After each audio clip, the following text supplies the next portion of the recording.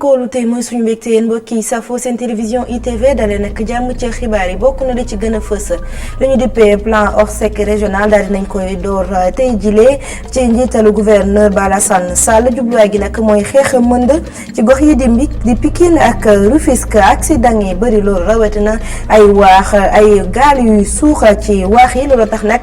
ñu amal ab laaj daal di koy jëmale ci yooyu le moom ndax ngi jël mutuwaay ci war ñenn ñi nag gis ne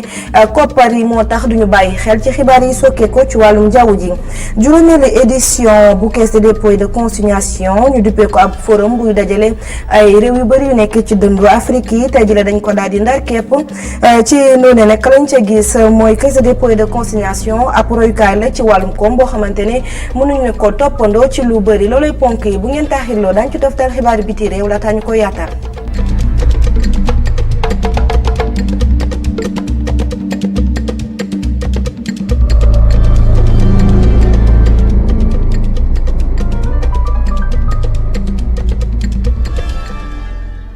asalaamaaleykum mbokk yi xibaar yi dañu koy dooree ca Mbour géej ñeenti nappkat yi nga xamante ne ñoo réeroon ca wax ya ci altine bi ñu génn nag daal dinañ leen gis ba ñetti waxtu ci ngoon jotee daal dinañ leen jébbal seen borom ci jamono ji ñuy àddu ci sëg ya nekkee ca Joal sëgu jullit la ci teewaayu kilifa yi fa nekk waaye it ñu dénk wàllum napp bi ñoom ñooñee nag nga xamante ne dañoo réeroon ca yooyu lay wax ñi leen gis ñooy seen moromi mool ci benn bërëb bu ñu dippee banque ñetti braas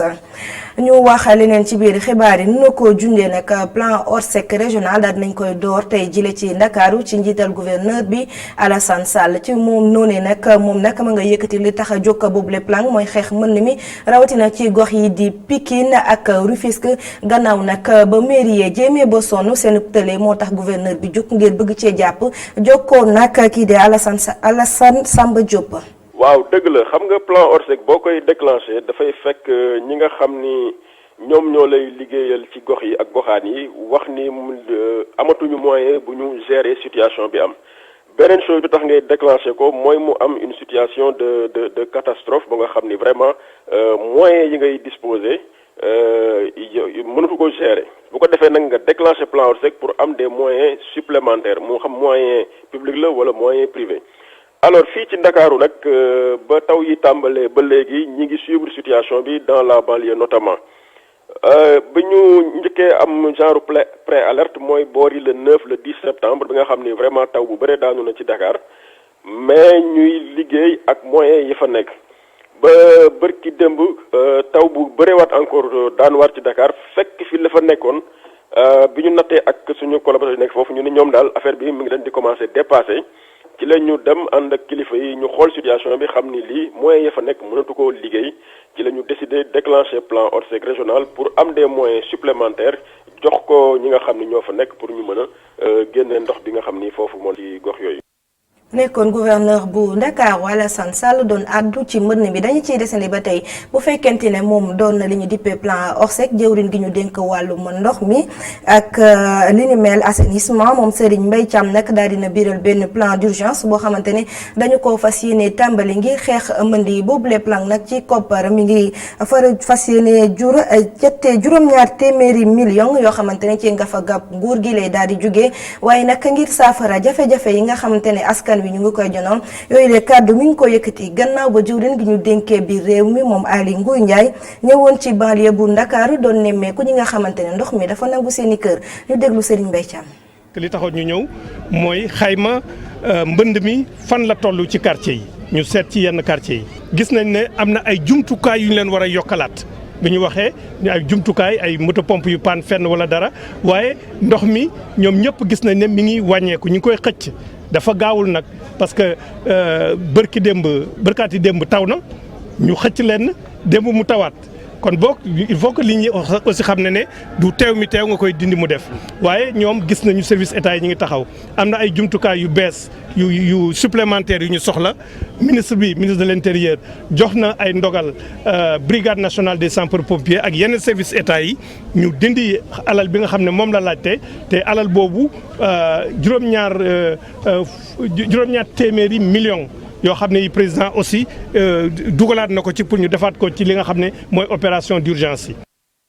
junjoon nañ ko nekk ci ndorteelu xibaar yi bëri na ay fan yi ñu nekk li ñu nemmeeku ay jëye ci biir waax yi ay gaal yuy suux ak yi ni mel bu ci mujj nag mooy ba xew ca île des Madeleines gannaaw gi nag ñu amal ab laaj jëmale ci mool yi ñenn ñi nag gis ne ñàkk sàmmonte xibaar yi waaye bàyyeekoo ci jaww ji moo koy waral ndax léeg-léeg koppar ga ngay am ci biir géej gi loolee képp nga gis moo tax ñenn ñi di tayle seen bakken reportage Youssouf Konté Barasaw. fii ci plage bu Wakaam dem bi ak dikk bi bari fi lool ci subas alarba bi ay kilifa yi nga xam ne daan nañ nappi tey ñu fekk leen ci bërëb bile ñu ngi ñuy xamal niñ daan def ak météo bi. da nga daan dem ba réer ci géej doo yor portable doo yor dara mais boo retourné si étoiles yi rek di nga mën a xam ne man fii laa war a jaar pour ñibbi mais am na si pêcheurs yoo xam ne fu mu nekk nii bu seen GPS paane sax. lieu bi ñu war nappe exactement sax duñ ko mën a xam. xam nga temps yooyu affaire bi ci kii bi technologie bi demu woon noonu waaw mais mag ñi dañ daa xool di observer di xool ba xam ne ça n'a pas temps bi normalul dinaa bu kenn dem tey kenn du dem ñu respecté nga nañ ñëpp mais léegi nag bu ñu waxee doo dégg même léegi sax actuellement ak météo des fois dañaa suba bu kenn gëti wala géej gi dina kii def noonu mais dañuy ñenn ñi dañuy forcé dem. li leen gën a jaaxal mooy. ana lan moo tax xale yi di weddi consigne yi nga xam ne waa météo koy joxe. mais jeunesse bi ñoo dëgër bopp loo wax ñu ne garaawul loolu la ñuy dundee te léegi ñoom rend nañ compte ne léegi météo parce que météo bu daa wax ñu ne dañuy wax rek dañuy tâtonner quoi mais fi mu nekk moom leer na leen léegi météo dëgg la quoi réalité la lu mu wax rek su ñëwul tey si suba bu ngoonee gis.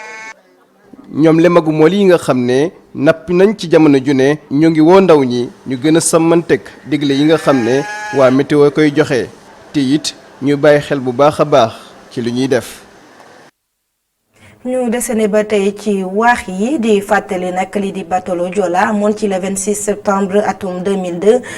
ren ji nag mu yemook fukki at ak juróom-ñaar gannaaw ba jëyee jooju amee ay jirim nag daal di fiy des ba tey di wëy di jooy seen i waajur waaye di dund ci ay jafe-jafe yu mag loolu waraloon tey comité d'initiative pour l'élection d'un mémorial musée amaloon ab ndajek nga wëy taskatu xibaar yi di àddu jëmale ci loolu waaye it di waajal bés boobu nga xamante ne ci la ñuy màggal suuxu batalu Joola ñi ngi sàkku ba tey yoon def liggéeyam ci mbir moomu dañ ciy daal di déglu ki yore seen kàddu Samsidine Aydara.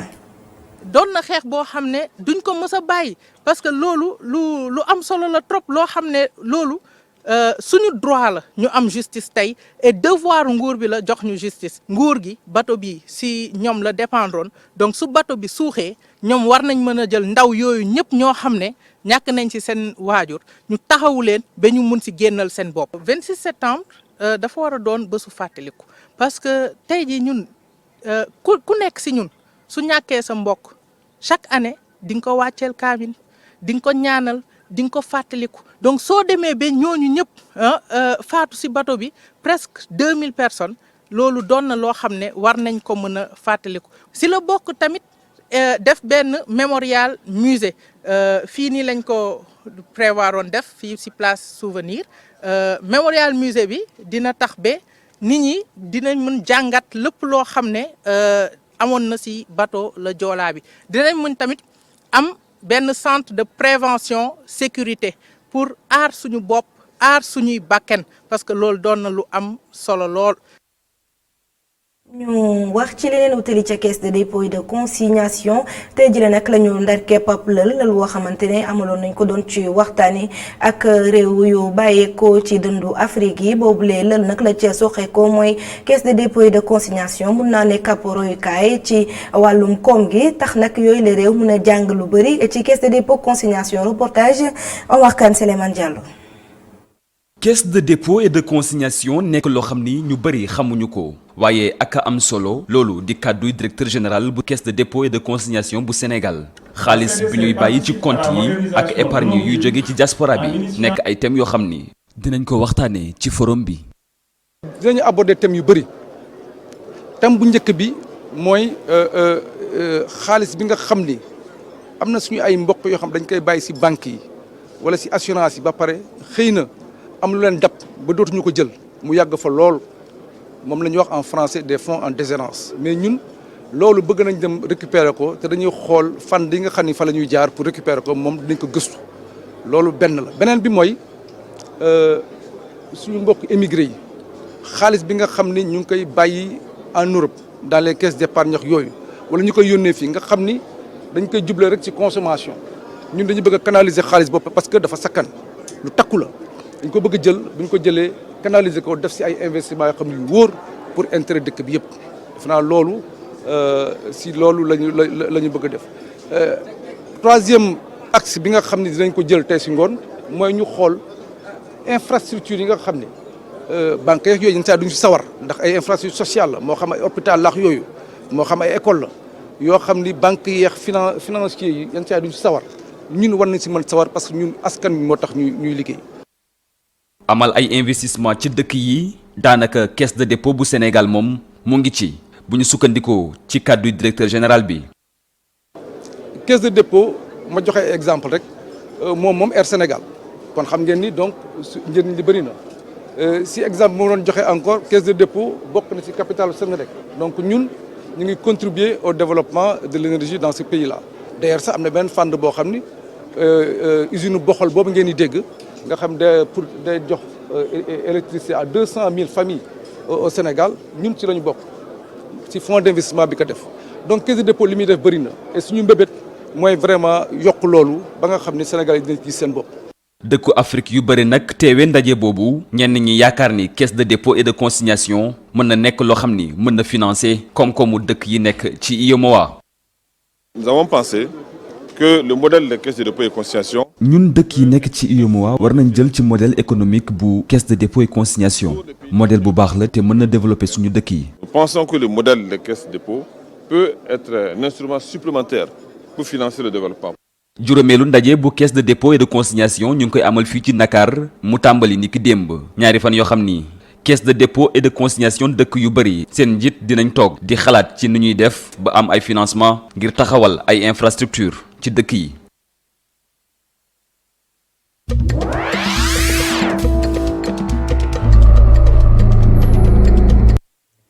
beneen ponk ci biir xibaar yi biti réew lay nekk ñu andi ceeg Ibrahima Kamara.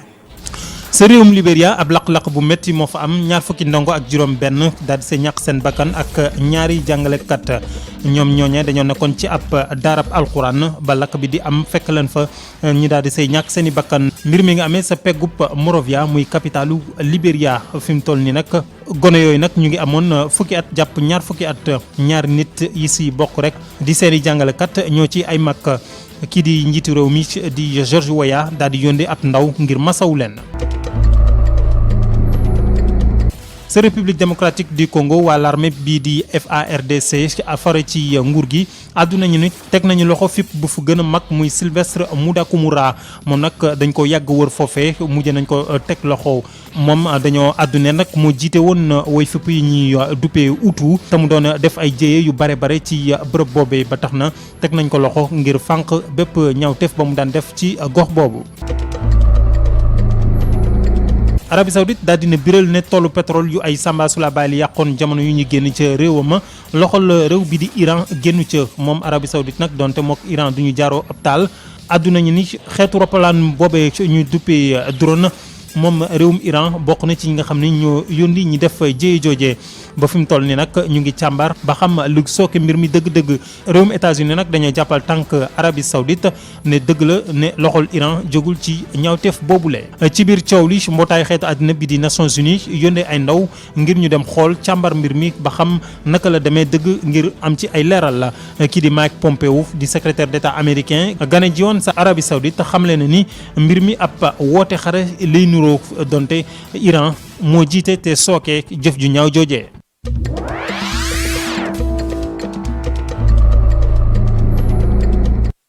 jaajëf Ibrahima Kamara ñu daal di wax ci leneen nemmeeku la nag ci réew mi daanaka foo dem fekk nga fa ay station de service wala sax ay station d'essence yu jàllaañoo noonu sax am na ci lu ñu tënk di règlement waaye nag règlement boobu mu mel ne dafa fàtte fësalaal ci diggante station yi ban distance moo ci war a am maanaam dig-digal li ñaata lañ ci war a bàyyi ngir ko keneen daal di fay samp ca wet ga moo tax léegi te daanaka bopp koñ boo jàdd rek daal di fay fekk benn station de service ndax loolee nag mënut am ay njeexital ci wàllum koom gi suñu nemmeekoo ne ñu bëri lañuy doon faral di jënd essence yooyu di def naka suddul noonu wala sax ñu ciy taal seen bopp. Babacar Touré reportage. fi ñu toll ci Sénégal station yi xus la ñu def ci dëkk bi Dakar nag moo ci raw daanaka yoon woo jaar tableau yi wane station yi fépp nga leen di gis li ni mel nag taxawaayu capital bi ci koom-koom bokk na ci li ko waral. volume yi ëpp Dakar lañ koy defee nee nañ 70% volume carburant yi ñu consommé ci réew mi Dakar lañ koy consommé boobu benn fànn la beneen bi mooy dafa am li ñuy wax péréquation de transport. mooy ci litre bu ne dafa am état bi lu mu jël ci transport bi ne moom moo koy supporter distributeur bi loolu muy 20 francs boobu boo ko weesoo lu ci tegu lu ne état bi daf la ko war a rembourser léegi bu fekkee sa station dafa sori Dakar ba nga war a fay 30 francs wala 80 francs sax transport li tegu ci 20 francs boobu yëpp état bi daf la ko war a rembourser tey di nga toog lu yàgg kenn du la ko rembourser. bari gi station yi bari ci dëkk bi tax na sax ba yenn saa yi ñuy jóge wante lool. waaye Sénégal amul benn leeral bu ñu def ci diggante bi war a xaajale station yi. li ci distance yi daal lañ ci proposé ak li ci kilifa yi jàpp ci ñun li ñuy wax ak li experts yi wax am na lu ñu ci téye mais fa mu war a jaar ba mu ñu mën ko dugal ci cadre loi bi jaaragul foofu yépp donc mu nekk loo xamante ni waxtaanee nañ ko am nañu yaakaar ne léegi mu incha allah léegi mu sotti soobee yàlla. naam leeraluñu diggante bi war a xaajale station yi waaye ñi seen xam-xam màcc jëmale si. di wax ne matuwaay yépp la ñuy jël ngir kaaraange askan wi. léegi leeral bi may joxe foofu mooy pompe yi li nga xamante ni mooy paroi de distribution yi dafa war a sori bureau yeeg dëkkuwaay yi 10 mètres au minimum mu war a sori bu fekkee dafa am établissement boo xam ne dafay bëri nit comme restaurant wala école bu xale yi di jàngee tout ça daf ko war a sori fukki mètres ak juróom bu dee station bi dafa dend ak kër boo xam ne daf ko dend ak moom loolu. mur moo leen di séparé dañ koy def mur coupe-feu du bokk ak mur yi mur coupe-feu ay experts a koy def mur coupe-feu de 2 à 4 heures mur coupe-feu boobu mooy même bu station bi doon tàkk fii ba 4 heures de temps ba keroog sapeur yi di yegg si tàkk-tàkk boobu du jéggi station bi dem ci dëkkandoo yi. Sénégal fi mu toll lu mu néew lu toll ci juróom-ñetti téeméeri station ñu ngi fii lu ci ëpp nag nekk ci biir Dakar. li ni mel lu ko waral mooy libéralisation bi ñu def secteur distribution carburant ci atum 1998. ñu wax ci leneen ca aada Sénécap daal dina door session bu njëkk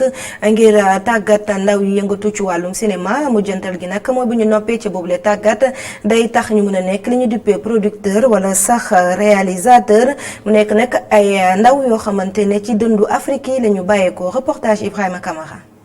Sénécap c'est ab programme bu mu taxawal jëm ci wàllu jàngal ay ndaw production ak réalisation ñu natable ko champ contre champ ngir cinéma africain jëm ca kanam. Cette année on lance ce programme avec. ren ji dañuy lancer ab programme bi nga xam ne dañ ci tàggat ay réalisateurs ak ay producteurs ci producteurs yooyu sax ak réalisateurs yooyu bokk na ci juróomi doomi Sénégal ak ñeneen ñi nga xam ne ci yeneen réew lañ nekk ci Afrique. Et 5 autres de la sous-région. Un atelier de 6 mois qui sera couvé par des enseignants de qualité. Des réalisateurs, des producteurs pour qu'ils viennent. réalisateurs yi ak producteurs yi dinañ leen former diiru juróom benn weer te sax ay nit yi nga xam ne am nañ xam-xam lu jëm ci wàllu woowule ku ci mel ni Baba Diop ñoom ñoo leen di former. Monsieur Alain Gomis et tant d'autres. muy doon ab atelier bu juróom benn weer ay jàngalekat yu xarañ nar leen si gunge. Le moteur d'un film c'est la production. xolu cinéma mooy koppar suñu tàggatee ndaw ñi nag nguur ñi dañuy dem wuti koppar ngir ñëw dimbaliwaat ndaw ñi. Soutenir quand même l'économie et l'industrie du cinéma. formation boobu dina tax ba ndaw yu bëri am xëy itam ngir cinéma bu bàyyeekoo ci réew Afrique yi mën a sori lool la. mbokk yi mi ngoog xibaaru maraxi fi lee daal di buure 19h45 Mamadou Ibra Kane dina ñëw yaataral leen xibaar yi ci kàllaamay nasaraan laata loolu nag ñu bàyyi leen nag xibaar yu tukkee ko ci wàllum jaww ji jërë ngeen jëf.